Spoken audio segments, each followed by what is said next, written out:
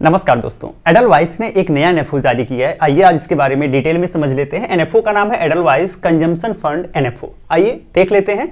और अगर आप इसमें निवेश करना चाहते हैं, वीडियो के डिस्क्रिप्शन में मैंने लिंक दे दिया, आप हमारे साथ जुड़ के निवेश कर सकते हैं। हम टाइम टाइम पे आपको गाइड करते रहेंगे। आइए यहाँ पे सबसे पहले इन्वेस्टमेंट ऑब्जेक्टिव की बात करते हैं। तो इस स्कीम का इन्वेस्टमेंट ऑब्जेक्टिव जो है वो आप देख लीजिए। तो लॉन्ग टर्म में कैपिटल क्रिएट करने की ऑब्जेक्टिव रखती है स्कीम, यानी लॉन्ग टर्म कैपिटल एप्रिसिएशन का ऑब्जेक्टिव है।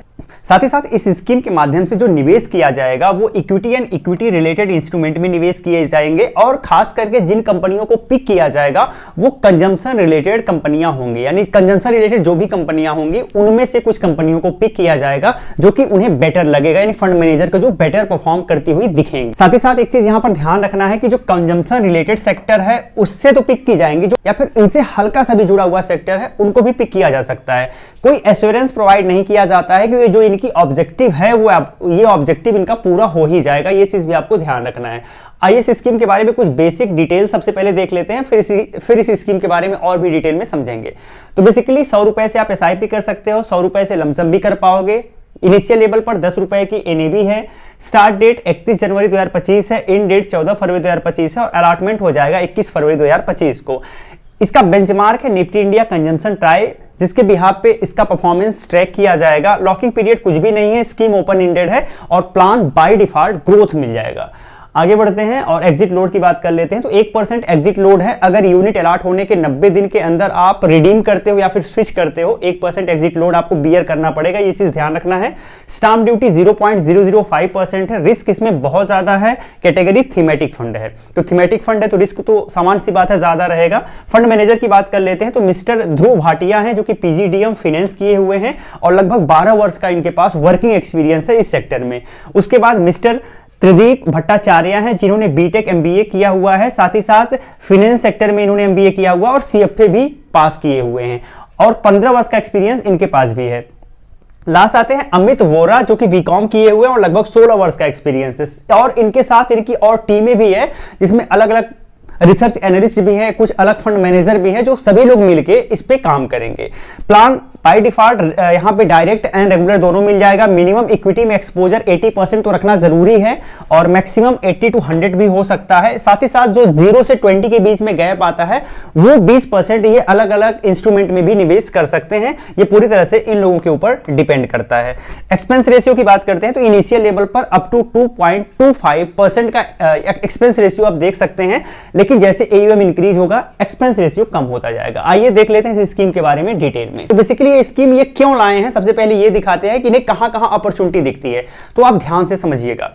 तो इन्होंने ये बताया 2024 तक जो कंजम्पशन स्पेंडिंग है वो लगभग 2.4 ट्रिलियन यूएसडी है और अनुमान लगाया जा रहा है कि 2030 तक ये बढ़ के, यानी 6 सालों में ये बढ़ के 4.3 ट्रिलियन यूएसडी हो जाएगी। तो आप देखेंगे कि अगले 6 सालों में लगभग डबल का पोटेंशियल दिख रहा है इस मार्केट में। तो पहला तो सबसे बड़ा रीजन ये है कि इस स्कीम को लाने का।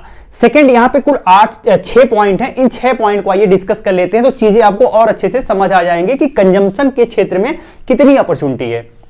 तो पहला है demographic advantage.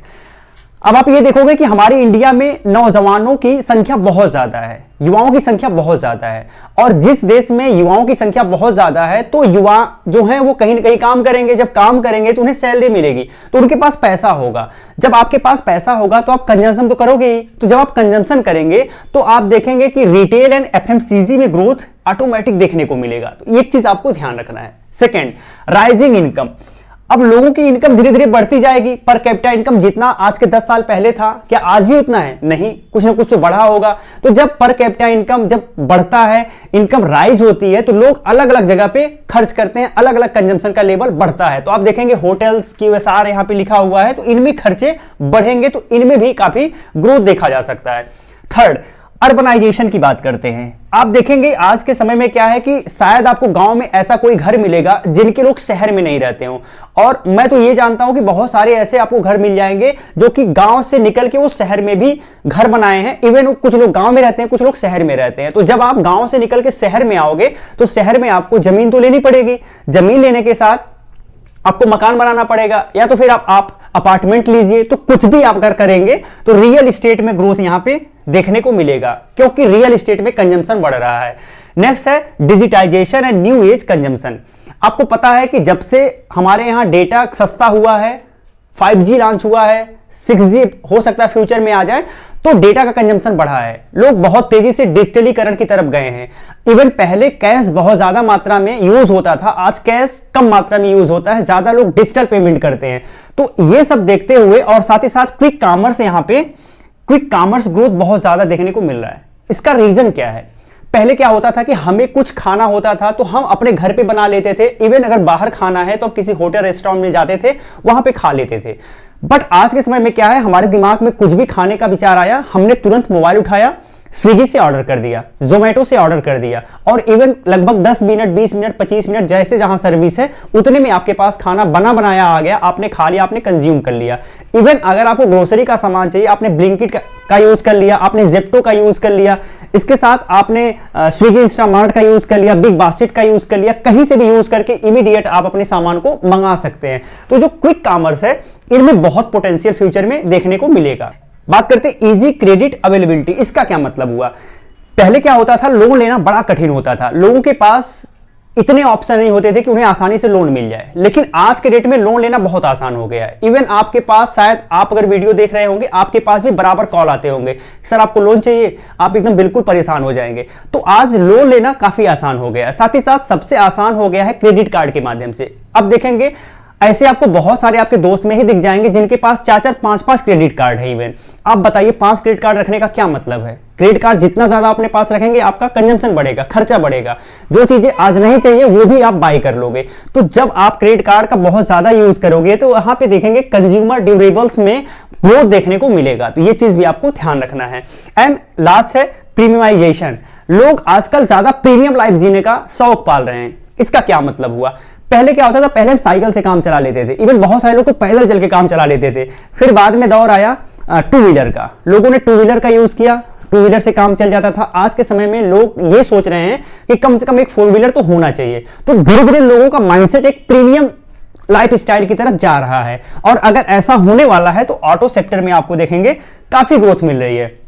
Even auto sector आप देख रहे होंगे बहुत अच्छे खासे ग्रोथ के साथ बढ़ भी रहा है। तो ये भी चीज आपको ध्यान रखना है। तो ये 6 पॉइंट हैं जो कि इस तरीके के स्कीम को सपोर्ट करते हैं। आगे बढ़ते हैं, स्टॉक सिलेक्शन की बात करते हैं कि स्टॉक सिलेक्शन में क्या अप्रोच अपनाएंगे। तो पहली चीज ये है कि क्वालिटी लीडर्स, ये ऐसी कंपनियों को पिक करेंगे जो कि अपने क्षेत्र में बिल्कुल क्वालिटी कंपनियां हो, क्वालिटी हो और लीडरशिप की तरह हो। जैसे कि मान लीजिए अगर हम ऑटो इंडस्ट्री की बात करें तो मारुति सुजुकी की बात करते हैं, तो बहुत सारा मार्केट शेयर मारुति सुजुकी के पास है। इसका रीजन ये है कि उसकी गाड़ियां बहुत सस्ती भी आपको मिल जाएंगी, ठीक ठाक लेवल पे भी मिल जाएंगी। तो मैक्सिमम जो इंडिया की आबादी है वो मारुति सुजुकी की गाड़ियां अफोर्ड कर सकती है। तो आप देखेंगे वो एक प्रकार से मार्केट लीडर है। तो ये देखेंगे कि भाई एक स्टेब्लिश ब्रांड हो, साथ ही स्ट्रॉन्ग मार्केट शेयर उसका हो, यानी मार्केट शेयर भी अच्छा खासा हो और प्राइसिंग पावर भी हो। तो ये चीज आपको ध्यान रखना है। ग्रोथ चैंपियंस, ग्रोथ चैंपियंस का मतलब मैं समझाता हूं। जैसे मार्केट, स्टॉक मार्केट में 3 तरीके की कंपनियां आपको देखने के लिए मिल जाएंगी। एक तो लार्ज कैप होती हैं, एक मिड कैप होती हैं, एक स्मॉल कैप होती हैं। आप देखेंगे जो लार्ज कैप कंपनियां होती हैं उनका पहले से अच्छा खासा मार्केट बना हुआ है। जो मिड कैप होती हैं, स्मॉल कैप होती हैं, मिड कैप का भी ठीक ठाक मार्केट है, बट स्मॉल कैप अभी इमर्ज कर रही है, तो इनको अपना मार्केट बनाना है। तो जो अभी इमर्ज कर रहा है ना, उसके पास पूरा मार्केट बचा हुआ है अपने आप को ग्रोथ दिखाने के लिए। तो यहां पे जो मिड एंड स्मॉल कैप में अगर पैसा लगेगा तो उनमें ज्यादा ग्रोथ देखने को मिलेगा। सो ये mid and small cap companies को पिक करेंगे जिसमें स्ट्रॉन्ग ग्रोथ उन्हें देखने को मिल सकता है। इसके बाद वैल्यू पिक की बात करते हैं। अब मार्केट में ऐसी बहुत सारी कंपनी आपको देखने के लिए मिल जाएंगी जो आपको बहुत अच्छा दिख रही हैं, लगता है यार बहुत अच्छी कंपनी है, लेकिन उनके शेयर्स में उस हिसाब से वृद्धि नहीं हो रही है। इसका मतलब यह है कि कंपनियों को लोग अभी अंडर वैल्यू, मतलब अच्छा नहीं समझ रहे हैं, मतलब उस पे लोगों का फोकस नहीं है। बट कंपनी में अगर पोटेंशियल है तो एक न एक दिन मार्केट उसे समझेगा और उसकी प्राइस फिर से बिल्कुल यूं बढ़ेगी। तो ये चीज आपको ध्यान रखना है। तो ये हो गया वैल्यू इन्वेस्टिंग। तो वैल्यू इन्वेस्टिंग के माध्यम से भी ये चीजों को सिलेक्ट करेंगे। आइए आगे बढ़ते हैं, प्रोफाइल स्ट्रेटेजी की बात करते हैं। तो इन्होंने कहा भाई हम 3 पॉइंट पर विशेष फोकस करेंगे। पहला, कोर कंजम्पशन। कोर कंजम्पशन का मतलब यह हो गया कि ऐसा कंजम्पशन जो कि हमेशा चलता आ रहा है और चलता रहेगा, जैसे कि एफएमसीजी सेक्टर हो गया, रिटेल हो गया, फार्मा हो गया, कंज्यूमर ड्यूरेबल्स हो गया। अब किसी को कोई बीमारी होगी, आपको बुखार होगा, दवा तो खाना पड़ेगा ना, तो दवा खाना पड़ेगा, मतलब फार्मा सेक्टर में आप पैसे तो दे ही रहे हो, तो उसका ग्रोथ तो होना ही होना है। अगर आप मान लीजिए अगर आपके पास पैसा है तो टीवी तो आप लगाओगे ना, एसी तो आप लगाओगे ना, हो सकता है बिना एसी के काम चल जाए, लेकिन इवन आप फ्रिज तो लगाओगे ना, एक पंखा तो आपके पास होगा ना, तो ये खर्चे आपके तो रहेंगे।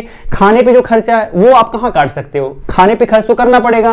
तो ये जो कोर कंजम्पशन है वो हमेशा चलता रहेगा किसी भी स्थिति में। इमर्जिंग कंजम्पशन जो ऐसे कंजम्पशन है जो कि न्यू एज कंजम्पशन हम कह सकते हैं इनको, जैसे कि आपका हो गया डिजिटल कंजम्पशन, या फिर ई कॉमर्स हो गया, हेल्थ एंड वेलनेस प्रोग्राम हो गया, ठीक है, प्रीमियमाइजेशन हो गया।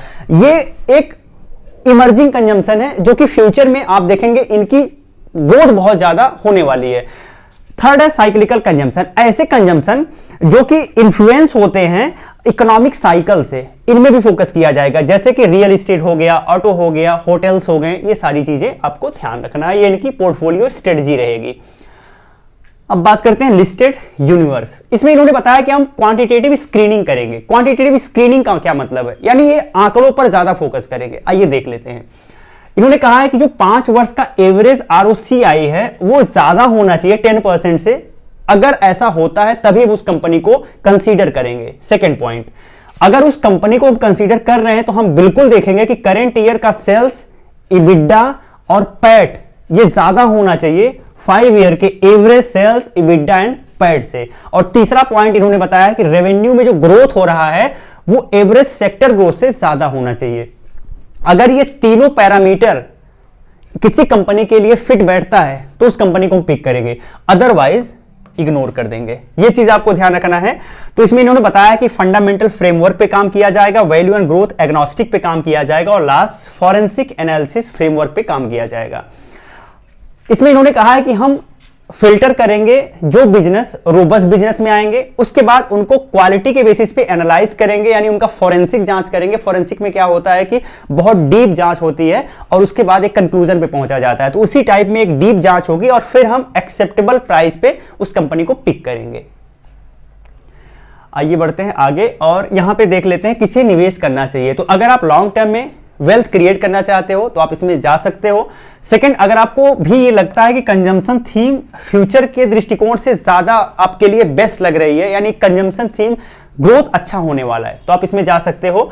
अगर आप 3 वर्ष से अगर आप कम से कम 3 से 5 वर्ष के बीच में निवेश करना चाहते हो तो ही आप इस स्कीम के लिए, अगर आप कम से कम 3 से 5 वर्ष के लिए निवेश करना चाहते हो तो ही इस स्कीम आपके लिए ठीक हो सकती है, अदरवाइज आप इसको इग्नोर कर सकते हो। और अगर आपका रिस्क एपेटाइट बहुत ज्यादा है तो आप इस स्कीम में जा सकते हो, अदरवाइज इग्नोर करिएगा। आगे बढ़ते हैं और यहां पे आपको कुछ सेक्टर्स दिख रहे हैं जिन सेक्टर्स में स्कीम फोकस करेगी, आप एक बार पढ़ लीजिएगा। ये सारे के सारे कंजम्पशन सेक्टर्स में ही आएंगे और उससे रिलेटेड है, तो आप एक बार देख लीजिएगा, इनमें ये निवेश करेगी। और लास्ट यहां पे रिस्क कौन कौन से इन्वॉल्व हैं, ये रिस्क मैं आपको क्या ही पढ़ के बताऊं, लगभग सारे में यही सेम रिस्क रहता है, तो आप एक बार देख लीजिएगा, ठीक है। और अब आते हैं रिस्कोमीटर पे। रिस्कोमीटर को देख लेते हैं। तो यहां पे जो बेंचमार्क है उसका रिस्कोमीटर वेरी हाई इंडिकेट कर रहा है, और अगर बेंचमार्क का रिस्कोमीटर वेरी हाई है तो सिंपल सी बात है स्कीम का रिस्कोमीटर भी वेरी हाई होगा। तो अगर आपका रिस्क एपेटाइट बहुत ज्यादा है तो आइएगा, अदरवाइज छोड़ दीजिएगा।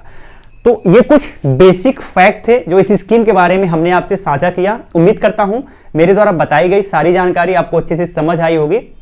नहीं समझ आई हो तो आप एक बार फिर से वीडियो देखेंगे, पक्का आपको समझ आ जाएगी। साथ ही साथ वीडियो अच्छी लगी हो लाइक एंड शेयर जरूर करिएगा। निवेश करने के पहले फाइनेंशियल एडवाइजर से सलाह जरूर लीजिएगा, क्योंकि एनएफओ है और एनएफओ की कोई श्योरिटी नहीं होती है कि कैसा परफॉर्म करेगा। साथ ही साथ हमारे साथ जुड़ के निवेश करना चाहते हैं, वीडियो के डिस्क्रिप्शन में मैंने लिंक दे दिया है, वहां से आपने केवाईसी करके निवेश कर सकते हैं। आपका नंबर मेरे पास आ जाएगा, मैं आपको 1-to-1 गाइड कर सकता हूं। जय हिंद।